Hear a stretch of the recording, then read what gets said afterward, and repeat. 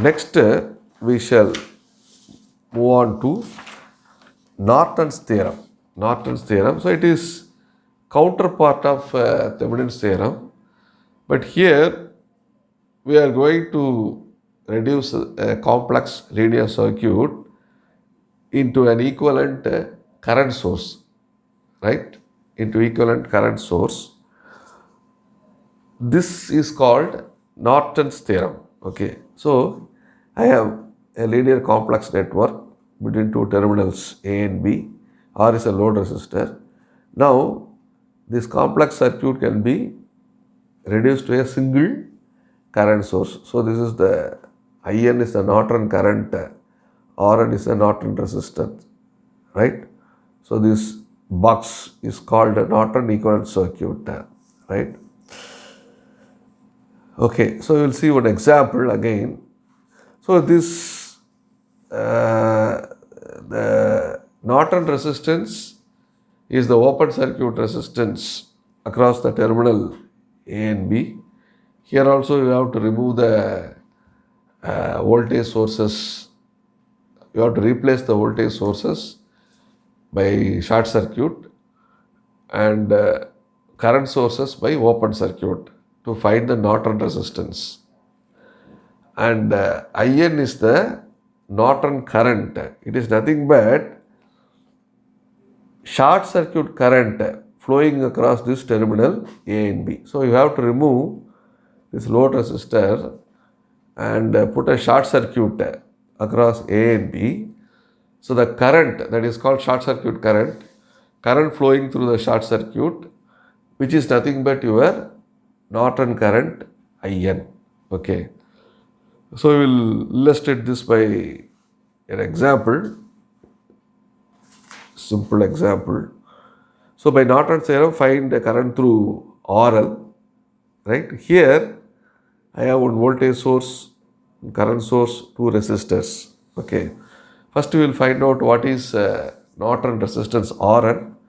So you have to remove RL, short circuit the voltage source, open circuit the current source. You have to short circuit this, you have to remove this, open circuit the current source.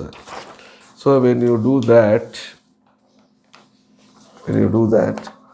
I will close this. Okay. So when you do that, first we remove RL. RL is removed. Okay. Next, I will show this. Next, shorted. This voltage source is short circuited, and we remove this. That means we are opening the current source. So Vs shorted, Is opened.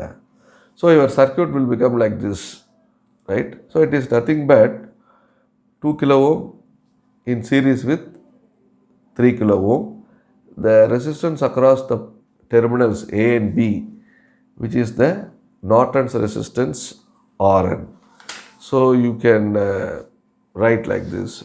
Series you can add 2 kilo ohm plus 3 kilo ohm, 5 kilo ohm you are getting. So the Norton resistance Rn equal to 5 kilo ohm. Next we will find out what is IN, Norton current. So first you have to apply a short circuit across the terminals A and B. Across the terminals A and B, put a short circuit. This short circuit current is the Norton current IN. Okay, so now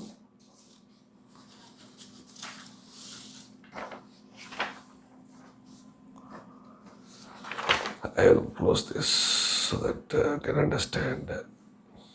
Right? So we have applied a short circuit across the terminals A and B. The current that is flowing through, that is going to flow through this short circuit is the Norton current IN. Okay. Now what we can do is, first we can convert. So this 4 volt in series with 2 kilo ohm is a voltage source. So you can convert this voltage source to current source. Suppose this is Vs, say this is R1. Current source Is is going to be Vs by R1 ampere. So 4 divided by 2 kilo ohm, 2 into 10 power 3. So it will be Is equal to 2 milliampere. So next what we are doing is we are replacing this voltage source by a current source. So this is 2 ampere, arrow is upstairs because positive represents arrow head, negative represents arrow tail. This is connected in parallel. Okay. The remaining things draw as it is. Okay. So this is your circuit. Now this 2 ampere, this 2 ampere. So you can combine into a single one. Both are moving in the same direction. So I can simply add these two current sources, combine into a single source. So 2 milliampere plus 2 milliampere,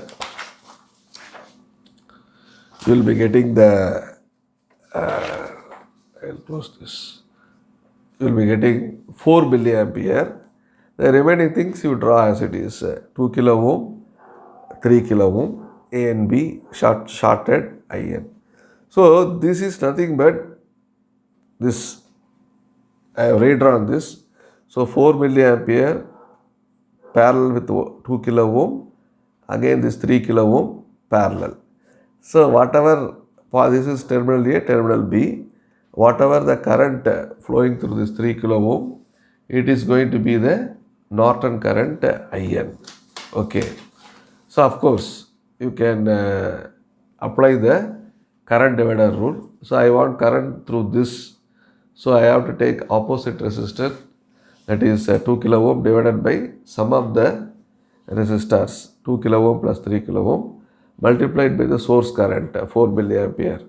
So IN equal to 2 kilo ohm divided by 5 kilo ohm into 4 milliampere. If you calculate this, IN equals 1.6 milliampere. So this is the Norton current IN, represented in the form of current source. IN is 1.6 milliampere. Now you can draw the Norton equivalent circuit. So this is the Norton equivalent circuit. So IN 1.6 milliampere, RN connected in parallel, 5 kilo ohm. We have the terminals A and B. Now you can include the load resistor now, right? So across A and B, I have included the load resistor RL, and I have to find out what is the current through this RL. Just I am using the symbol I for that, or you can use IL also. So again we will be applying the current divider rule. So IL, current through this, will be opposite resistance. Actually, I think this is wrong, right? So this must be 5 kilo ohm because opposite resistance, no. IL equal to 5 kilo ohm divided by 5 kilo ohm plus 1 kilo ohm multiplied by 1.6 milliampere. So this is going to be IL equal to 5 kilo ohm divided by 6 kilo ohm into 1.6 milliampere. So IL is going to be, we will calculate 5 by 6 into 1.6 milliampere. So we will use the calculator to find out this. Okay. So 5 by 6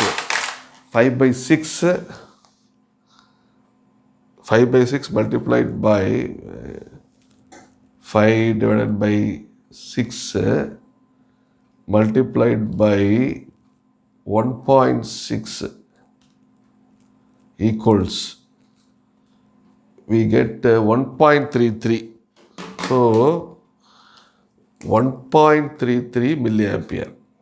Okay, 1.33 milliampere. So this is the actual answer, right?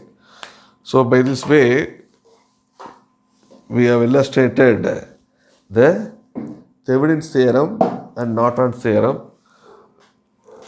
Out of these two theorems, Thevenin's theorem is very important, and you will be using this in other courses like electronic circuits, or sometimes in power systems. In all other courses of electrical engineering, this Thevenin theorem plays a very crucial role. Norton's theorem, in terms of current source, we will try to get the circuit current. Okay. So we have learned today, or in this lecture, what is Thevenin theorem and what is Norton's theorem, and also how to solve problem using this Thevenin and Norton's theorem. Thank you.